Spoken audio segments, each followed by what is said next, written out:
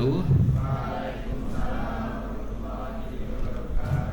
Oke, ketemu lagi di mata kuliah Machine Learning.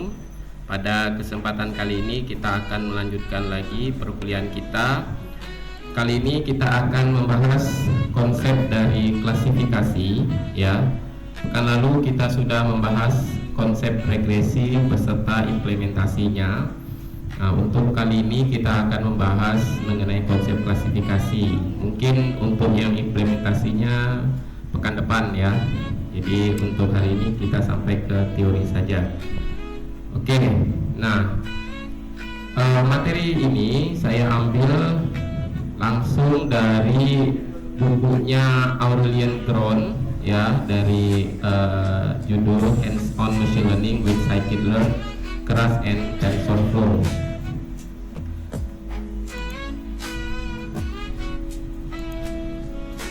Oke, nah di dalam buku Aurelian Cron ini, ya, sudah diberikan contoh, yakni dataset MNIST.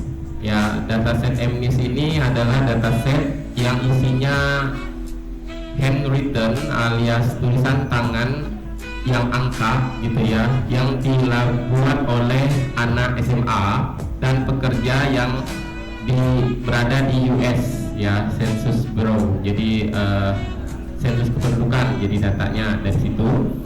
Total datanya itu adalah 70.000 image, ya, 70.000 image, dimana labelnya itu sudah merepresentasikan dari feature-nya tersendiri, ya. Jadi bahasa simpelnya adalah feature juga merepresentasikan label, ya. Dan dataset ini menjadi dataset Hello World, kayak kita belajar coding gitu ya, Hello World di dalam machine learning ketika kita mempelajari tas klasifikasi, ya. Jadi karena dataset ini merupakan dataset umum yang kalau kita belajar klasifikasi contohnya adalah ini, maka dataset ini bisa kalian ambil, tidak perlu kalian cari di Google, kalian cukup mengeload dari Scikit-Learn, ya. Seperti apa kodenya? Nah, kodenya seperti ini, ya. Jadi nama keywordnya untuk melihat MNIST itu adalah di page OpenML, ya, namanya OpenML, ya. Jadi dataset ini tidak perlu kalian cari di Google, kalian cukup load aja dari Scikit-Learn. Di sini kita menggunakan fitur yang 784 fitur, ya. Jadi fiturnya itu ada 784, ya. Dimana di dalam dataset ini itu terdapat, ya, ada beberapa feature, ya, ada data, ada target, ada feature name, ada description, ada details, ada kategori, dan ada URL, ya. Dan di sini kita akan membuat atau men-split, ya, dataset MNIST ini ke dalam dua, yakni kita akan mengambil atau men-slice hanya pada kategori, ada pada fitur kolom data dan kolom target, di mana data ini, ya, karena tadi di awal totalnya adalah 70.000 image, ya, dia punya feature itu 784 feature, ya. Jadi lumayan banyak, ya, sangat banyak. Dan Y-nya atau label itu 70.000 juga, tapi satu label, ya. Jadi satu label dengan 784 features.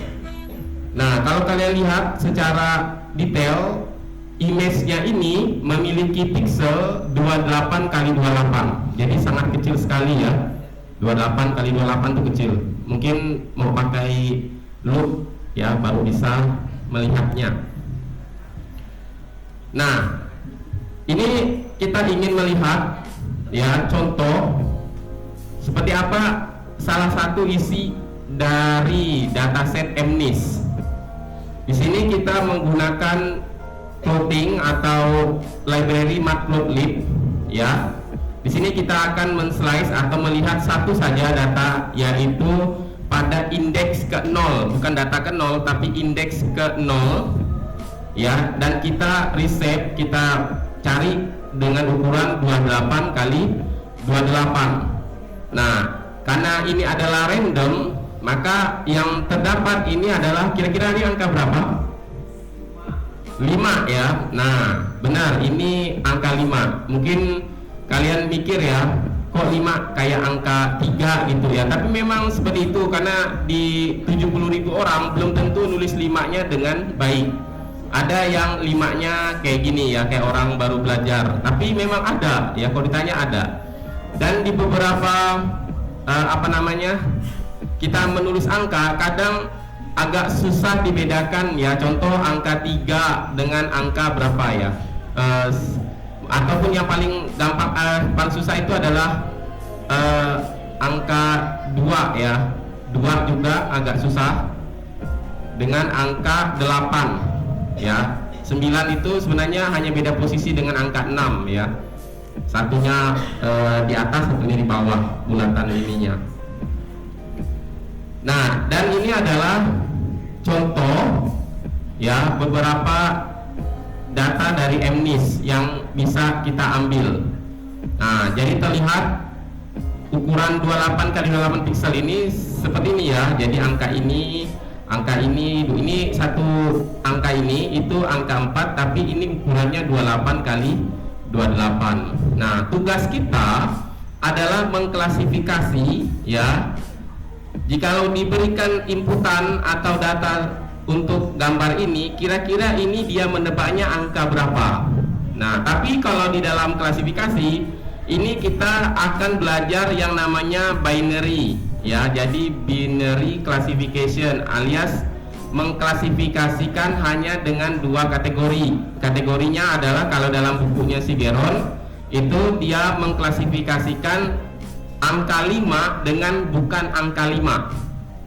Jadi angka 5 dan bukan angka 5 ya. Jadi kita harus memberikan label yang merupakan angka 5 ini seperti ini, dan yang bukan berarti kan di luar dari angka 5 ya, seperti 041 ya. Nah, sebelum kita melangkah lebih jauh ya, kita harusnya sudah membagi ke dalam 4 data, dan ini secara manual. Kita tidak menggunakan library trend test split ya, tidak pakai library itu. Kita hanya memisahkan dengan menggunakan slice yang ada di Python ya. Di sini kita akan membuat ya si variabel xtrain, xtest, ytrain dan ytest ini ke dalam nilai-nilai ini. Jadi x.260.000 itu mewakili xtrain ya. Xtest itu adalah 60.000 juga. Kemudian juga ini y.260.000. Nah, jadi kesimpulannya adalah xtrain dengan ytrain itu nanti akan bernilai datanya 60.000, sedangkan ytrain dengan ytest itu akan bernilai sisanya, yakni 10.000 ya.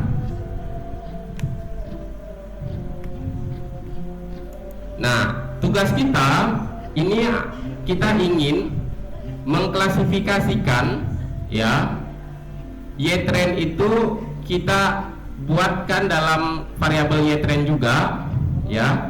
Jadi semua nilai untuk yang angkanya 5 itu kita set true, sedangkan yang ytest itu juga sama ya. Nah, di contoh Geron ini kita menggunakan algoritma ya yang agak mungkin jarang kalian dengar ya. Yang biasanya kan kalian suka dengar itu adalah random forest ya, naive Bayes, SVM.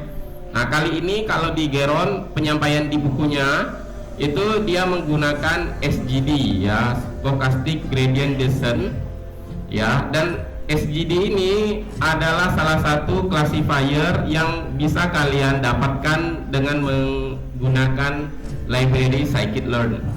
Ya, kalau kalian lihat linear model, jadi SGD ini dia dalam ranah linear model, yang dimana kalau kalian ingat ini juga salah satu model ya yang menggunakan keyword yang sama, yakni linear model adalah linear regression. Jadi SGD classifier itu hampir menggunakan yang sama juga dengan model linear regression. Kenapa SGD dipakai? Nah, jawabannya adalah pada kata ini, kalimat this classifier has the advantage of being capable of handling very large dataset efficiently. Yang berarti keuntungannya adalah dapat menghandling, ya, dapat menangani dataset yang jumlahnya sangat banyak. Sangat banyak itu bisa berarti pertama feature-nya memang banyak, yang kedua datanya memang banyak. Kalau kita tahu tadi data dari MNIST itu adalah 70.000 image, alias row-nya ada 70.000, feature-nya ada 784 feature. Nah, jadi di mana P kali L-nya itu sangat besar sekali. Maka salah satu algoritma yang bisa kita implementasikan adalah SGD. Nah, sejauh ini belum ada kawan-kawan kalian yang menerapkan SGD. Ya, mungkin alasannya karena datasetnya memang tidak banyak. Yang rata-rata ngambil skripsi di bagian atau di bidang ML itu rata-rata datasetnya mungkin under 1000 ya, atau 10,000 ya, jadi masih kecil. Nah, makanya SGD itu, ataupun mungkin mereka belum tahu gitu ya. Nah, jadi ketika kita mempelajari bukunya Sigeron, kita dapat ilmu lagi satu, bahwa kita sekarang sudah tahu ya, ketika kita memiliki dataset yang row-nya sampai puluhan ribu dan feature-nya besar, kita bisa menggunakan salah satu algoritma ini ya. Mungkin boleh jadikan menjadi metode dalam skripsi kita ya, dengan menggunakan SGD. Cuman syaratnya apa? Syaratnya adalah kalian harus punya dataset yang large alias besar, row-nya dan kolomnya atau feature-nya. Ini kodenya ya, kita menggunakan atau kita akan memfit ya trend yang dataset X trend dengan Y trend yang merupakan 5. Setelah itu kita akan prediksi ya, prediksi sum digit ini adalah sebuah variabel yang dimana kita ini kalau dilihat dari sebelumnya tadi ya, ini kan ada juga sum digit ya. Nah, sum digitnya di sini ini kan karena tadi saya bilang di awal ini adalah random. Nah, ternyata yang muncul itu adalah 5. Bisa jadi X0 sum digit ini juga bisa jadi bukan 5 gitu ya, tapi yang lain. Nah, karena sum digit untuk X ke 0 ini ada 5 dan sum digit ini adalah sebuah variabel, ketika variabel 5 ini kita predik, maka hasilnya adalah menjadi true. Jadi sum digit yang ini adalah variabel yang ini tadi ya. Nah, maka hasilnya adalah yang ini ya.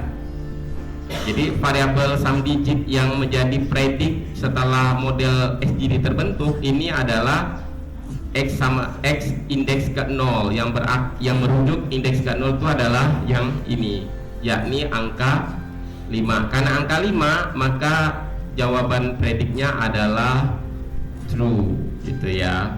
Nah, makanya di sini jawabannya true. Nah, ketika kita sudah modelnya terbentuk, ada satu lagi permasalahan, yakni bagaimana kita mengukur performa atau kinerja dari model yang dihasilkan. Nah, catatan dari Geron, dia bilang bahwa evaluasi classifier ya seringkali lebih sedikit rumit gitu ya, agak sedikit tricky dibandingkan evaluasi dari regresor. Kenapa? Ada yang tahu alasannya? Ada yang tahu alasannya? Kenapa evaluasi classifier alias klasifikasi itu sedikit lebih rumit, ya, agak sedikit ribet gitu ya, dibandingkan evaluasi dari regresor? Ada yang tahu? Datanya tidak seimbang, masih sedikit lah. Ada lagi jawaban? Karena pertama, classifier ini performanya itu tidak hanya dilihat dari sisi akurasi. Jadi ada lagi yang namanya, nanti kita kenal namanya confusion matrix. Di mana confusion matrix itu matriksnya ada 4 matriks lain, ya. Ada namanya presisi, akurasi, recall, dan F1 score. Jadi itu salah satu alasan kenapa sedikit lebih tricky dibandingkan regresor. Sedangkan regresor itu kita cukup hanya tahu MAE, MSE, dan MAE, MSE, MAPE, AP itu isinya sama-sama menganalisa error. Jadi bukan hal yang dia itu berbeda fokus, ya. Sedangkan confusion matrix, presisi dan recall atau presisi dan akurasi itu fokusnya berbeda, gitu ya. Jadi presisi dengan akurasi itu namanya sama atau beda tuh tujuannya? Presisi dengan akurasi. Presisi apa artinya bahasa Indonesianya?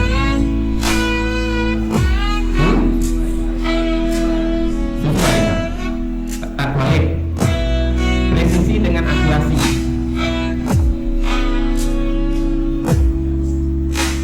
Akurasi ketepatan, presisi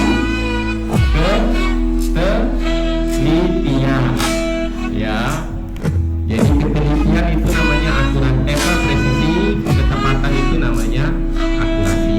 Nah, itu ya. Jadi makanya si Geron bilang bahwa evaluasi classifier itu sedikit lebih tricky dibandingkan regresi. Nah, kita mulai ya. Kita sebenarnya kalau belajar klasifikasi itu bisa aja hanya menampilkan akurasi, ya, boleh saja menampilkan akurasi, hanya metrik akurasi, boleh saja, ya. Tapi ada beberapa kasus yang dimana kita perlu melihat, ya, apakah hanya akurasi cukup, karena kadang takutnya ketika kita men-cross check gitu ya, kita tahu bahwa dataset ini harusnya dinilai oleh model kita itu bernilai true. Ternyata model kita bilangnya false. Kita kan biasa suka juga nguji kan, kita kan tahu ya ini pasti true, harusnya true, kok model saya bilangnya false. Kayak tadi nih angka tadi itu ya, MNIST tadi. Ada satu indeks kita bilang ini kan harusnya bukan angka 5, tapi model kita deteksi 5. Kenapa? Karena hasil akurasinya mungkin tinggi, sekali pas masuk ke tes ternyata tidak sesuai. Nah, makanya measuring akurasi itu tidak bisa serta-merta langsung dijadikan patokan. Kita perlu menganalisa dari sudut pandang yang lain. Salah satunya kita bisa menggunakan yang namanya cross validasi, ya. Jadi cross validasi ini adalah, biasanya cross validasi ini dilakukan setelah apply model. Jadi model terbentuk itu biasanya ada akurasi, ya.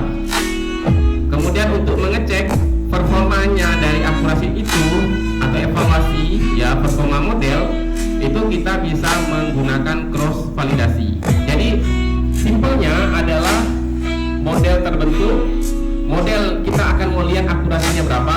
Akurasi dari model ini kita mau cross check dengan menggunakan namanya cross validasi. Itu ya, urutannya, ya. Urutannya adalah model terbentuk. Model kan pasti kita akan ngecek namanya akurasi, atau kita mau melihat akurasinya berapa dari model yang sudah terbentuk ini.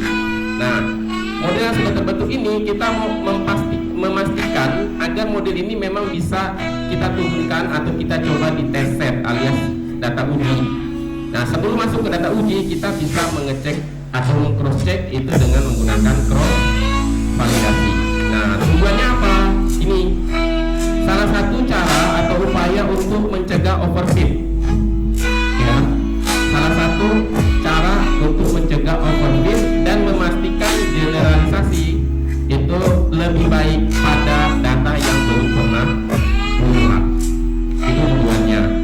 Ya, dibandingkan kalau kita men-splitnya ke dalam trend test split secara single, ya. Nah, ini adalah implementasi dari cross validasi. Di sini kita menggunakan seleksi secara stratified default. Tahu arti stratified default? Stratified default tahu? Saya pernah jelasin waktu pas kita kuliah PropStat, ya. Ada satu materi namanya pengambilan sampel atau penentuan sampel. Umumnya kalian mungkin akan kenal atau sering mendengar dengan istilah random sampling, gitu ya. Seringnya dengar istilah random sampling. Tahu random sampling? Tahu arti random sampling? Random sampling itu adalah sampel yang diambil secara acak. Saya kasih contoh. Kelas ini namanya populasi. Ya, kelas ini namanya populasi.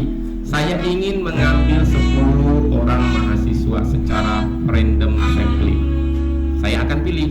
Saya tidak memperhatikan apa ya kepintarannya atau keaktifannya, tapi main tunjuk-tunjuk aja sebanyak 10 mahasiswa atau mahasiswi. Itu namanya random sampling. Ya. Kira-kira cara itu representatif?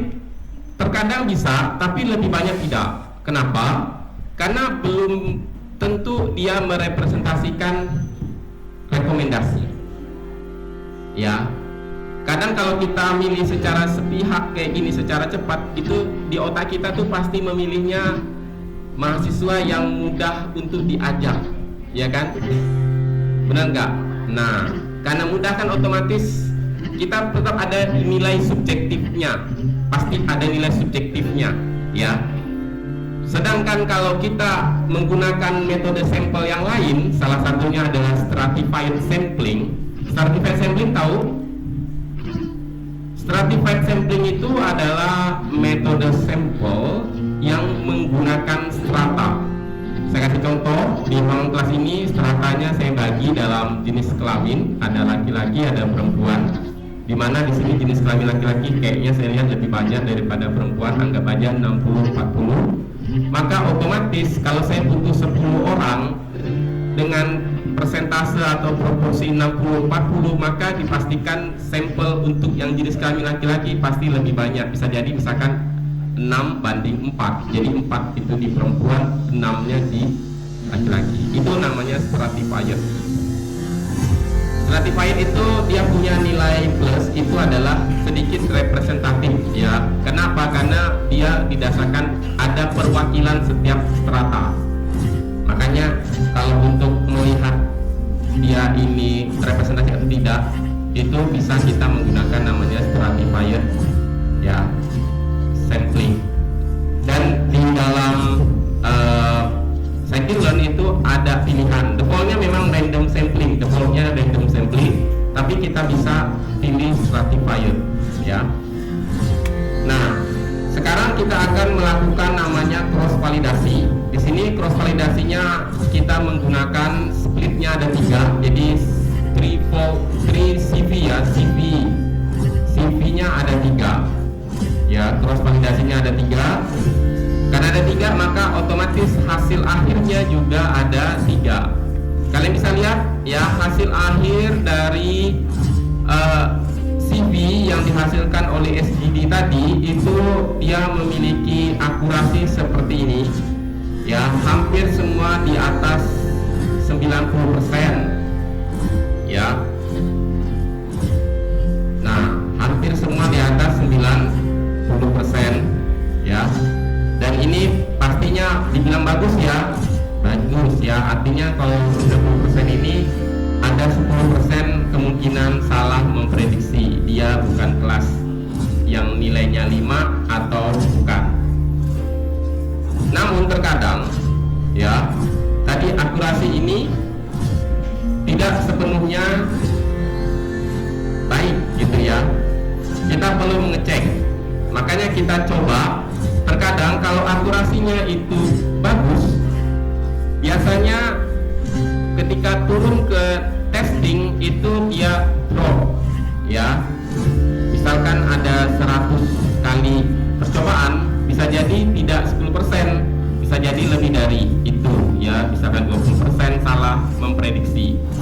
Kenapa bisa begitu? Karena memang ada hal lain selain akurasi yang menjadi pertimbangan sebuah model itu bisa dicoba ke dalam data testing. Nah, di sini kita akan coba lagi.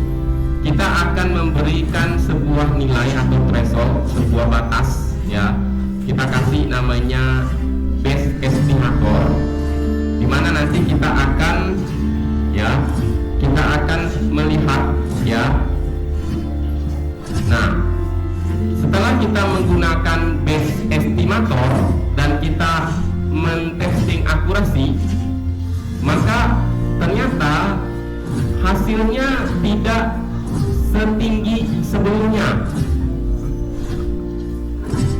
ya, tidak seperti sebelumnya yang dimana di atas 95%, yang ini turun ya menjadi 90%. Nah, kenapa bisa demikian?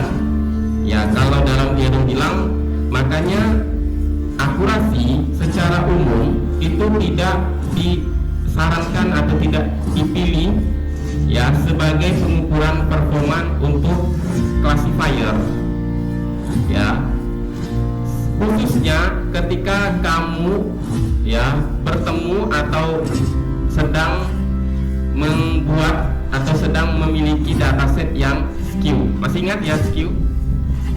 Yang mengerucut tidak Gaussian atau normal, ada yang ke kiri dan ke kanan.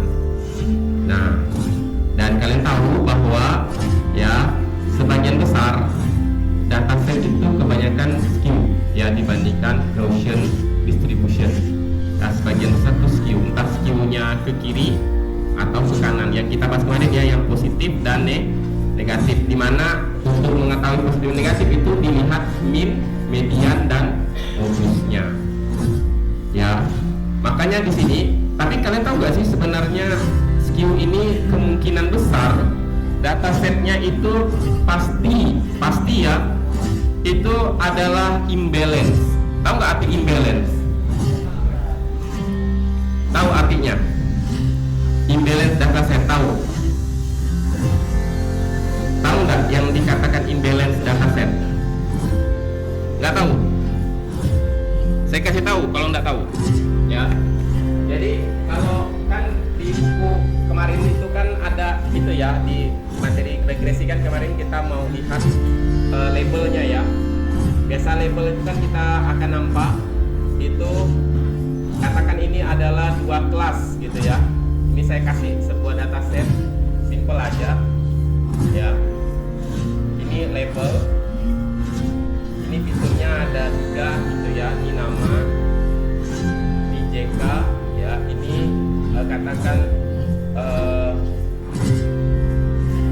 gula darah gitu ya. Ini ceritanya dataset prediksi diabetes gitu ya. Jadi ini nama Budi, jenis kelamin laki-laki, gula darahnya 400. Maka ini definisinya pasti yes gitu ya. Berikutnya yes, yes, yes. Nah, jika dalam datanya ada 50 katakan ya, maka yang disebut imbalance itu adalah, kalau kita buat grafik ya, bisa aja jadi kalau 50 itu 40-nya itu yes begini ya, 10-nya itu adalah no ya, kayak gitu. Nah, ini yang disebut sebagai namanya imbalance ya.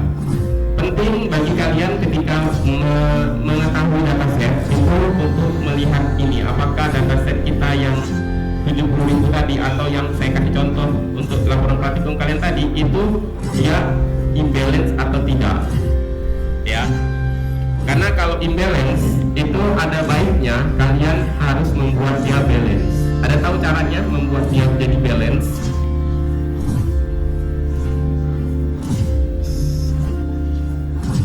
Ya, nama prosesnya adalah oversampling atau undersampling, tergantung yang mana mau dilakukan.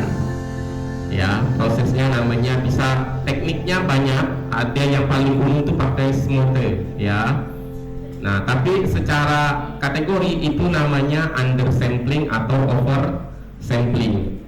Oversampling atau undersampling adalah proses menaikkan dan menurunkan level. Nah, jadi kalau yang namanya oversampling itu artinya si N ini akan dinaikin menjadi skala jumlah datanya si Y. Otomatis ada berapa kelebihannya? Ada berapa kenaikan datanya? 30. Jadi data tadi isinya 50 ditambah 3, jadi datanya totalnya nanti 80 dengan nilai Y dan N-nya sama-sama 40, ya. Kalau Anda sampling kebalikan, ini jadi turun, si Y-nya jadi turun ke N, jadi 10, berarti ada pengurangan 30 poin juga, ya. Nah, jadi sisa datanya 20. Biasanya lebih banyak melakukan oversampling dibandingkan undersampling, ya. Jadi untuk yang sifatnya teknis setelah handling itu nanti ada materinya lagi, ya. Jadi saya jelasin klasifikasi umumnya, ibarat tuh yang general, tapi ketika nanti di lapangan kalian mendapatkan apa yang saya sebut, nah nanti kita akan bahas di kuliah, gitu ya. Nah, jadi kenapa tadi nih? Karena skill dataset otomatis kita pasti akan bertemu ada beberapa kelas yang dimana dia lebih sering muncul dibandingkan yang lain. Kayak ini kan, Y dan N ada perbedaan, maka kelas data yang outputnya Y itu akan sering muncul dibandingkan outputnya yang N. Sehingga ada cara yang lebih baik yang kita sebut sebagai confusion matrix, ya, confusion matrix. Nah, di confusion matrix ini outputnya tuh sebenarnya ini, ya, nilai ini.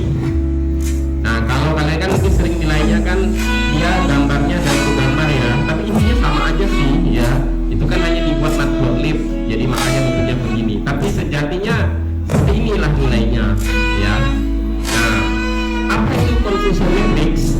Ya, confusion matrix itu adalah sebuah tabel yang mendeskripsikan performa dari sebuah model klasifikasi, di mana dia di situ berisi 4, ada yang namanya true positif, ya, true negatif, false positif, dan false negatif.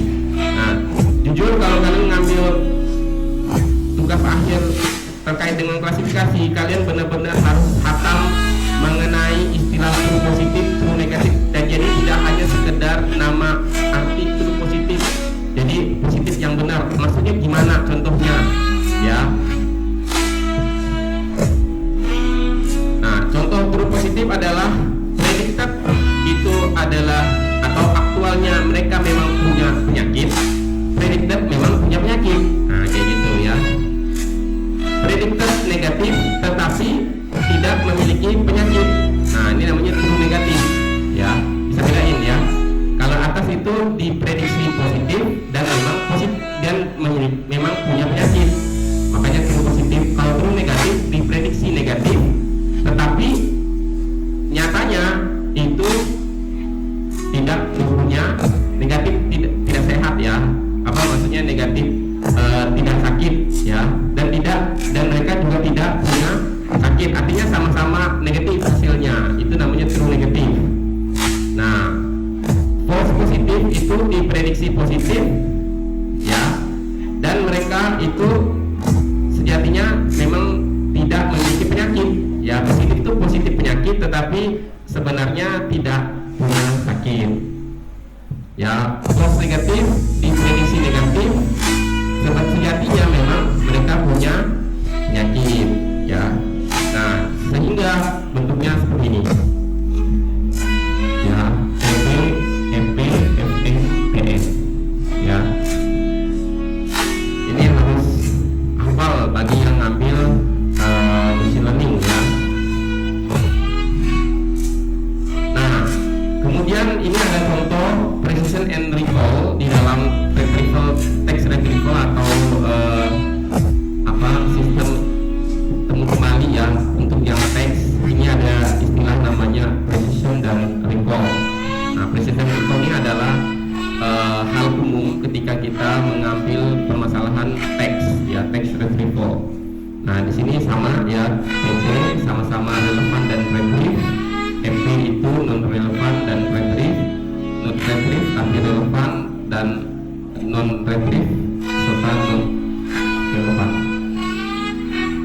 Rumusnya untuk precision itu adalah TP dibagi TP plus FP. Recall itu adalah TP dibagi TP plus FN. Ini ada contoh ya. Akurasi itu apa? Akurasi itu rumusnya adalah TP plus TN dibagi TP plus FP plus FN plus TN, sehingga akurasi 1/90 ya dibagi 1 tambah 1 tambah 8 tambah 90, maka dapatnya 0,91, yang berarti 91 prediksi benar dari 100 contoh ya. Precision ya, precision tadi ya itu rumusnya apa tadi? Precision TP dibagi TP plus FP, TP plus FP. FP itu yang di atas sebelahnya ya, berarti 1 ditambah 1 ya, jadi 1/2. Recall itu adalah TP plus FN, jadi 1/1 tambah 9. Nah, akurasi itu tidak sepenuhnya ya menceritakan cerita secara baik ya, terutama ketika kita bekerja pada dataset yang imbalance ya, tadi saya contohkan ya, itu namanya imbalance. Maka ada salah satu cara kita untuk menanganinya, yakni dengan namanya F1 score ya. Jadi satu pengukuran yang kita ini dapat melakukan keduanya, yakni recall dan precision, namanya harmonic mean atau F1 score. Rumusnya adalah 1 dibagi setengah 1/R. R itu recall plus 1/precision.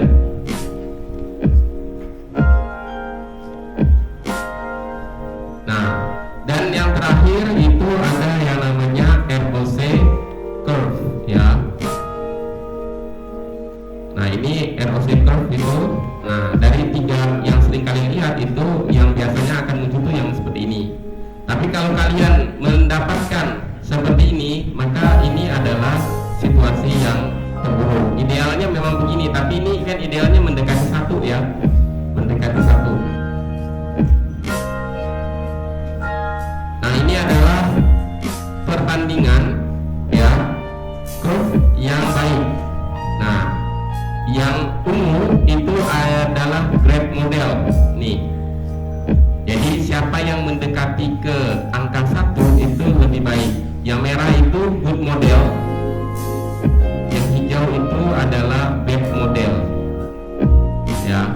Nah, mungkin kalian bisa sering melihat yang ini atau yang ini. Jadi ini bisa kita jadikan sebagai indikator ketika kita menggunakan ROC curve ya. Dan ya,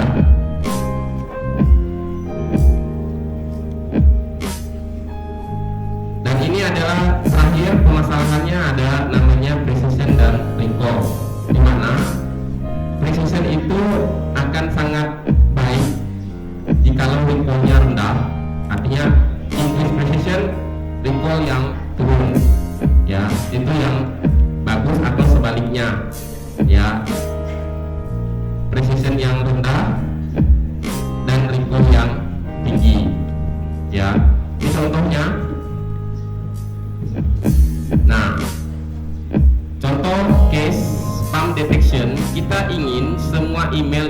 masuk ke dalam folder spam dan menjadi spam, ya artinya semua email itu masuk di dalam folder spam itu akan menjadi spam.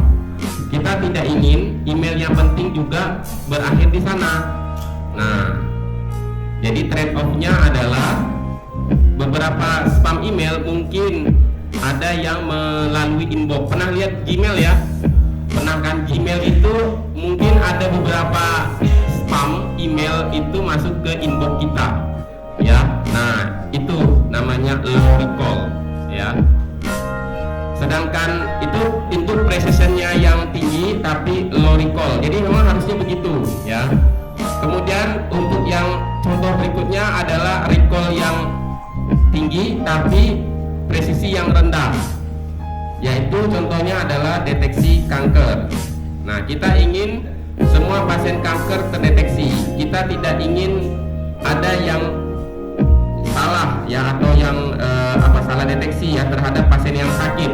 Nah, tapi kenyataannya itu beberapa pasien yang sehat mungkin salah diagnosa, ya, artinya presisinya kurang baik, ya, kurang tepat memprediksinya. Maka kita harus mengecek atau mendiagnosa ulang, ya, dengan bantuan dokter. Nah, itu namanya precisionnya low tapi recallnya tinggi. Dari mana recallnya tinggi? Ya, recallnya tinggi itu karena all cancer patient detected, artinya banyaknya pasien yang bisa diukur, ya. Nah, itu ya. Nah, maka salah satu caranya, ya, untuk menangani kedua yang tadi yang sebut kedua itu adalah precision dan recall trade-off. Maka kita butuh yang namanya F1 score.